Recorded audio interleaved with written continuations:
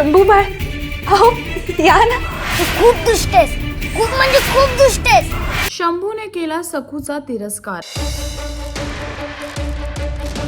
सखा माझा पांडुरंग या मालिकेमध्ये जेव्हा शंभूला समजलं की सखूने त्याला एका टोपलीत बांधून विहिरीत सोडलं होतं, ते ऐकल्याच्या नंतर आता तो सखूचा तिरस्कार करताना दिसतोय. एवढंच नाही तर तिच्या जवळ सुद्धा जात नाही आणि तिच्यावरती त्यांनी दगड सुद्धा फेकला आणि ती खूप दुष्ट आहे असं म्हणून तो तिथून निघून जातो. आणि आता सखूने निर्णय घेतला आहे की ती नागोजीचं सत्य काहीही करून सर्वांसमोर आणणार आहे. नागोजीच्या समोर उभी राहून ती त्याच्याकडे पाहत स्वतःच्या मनातच विचार करते की काय करू ज्यानी ह्याचं सत्य समोर येईल. खूप दुष्ट आहेस.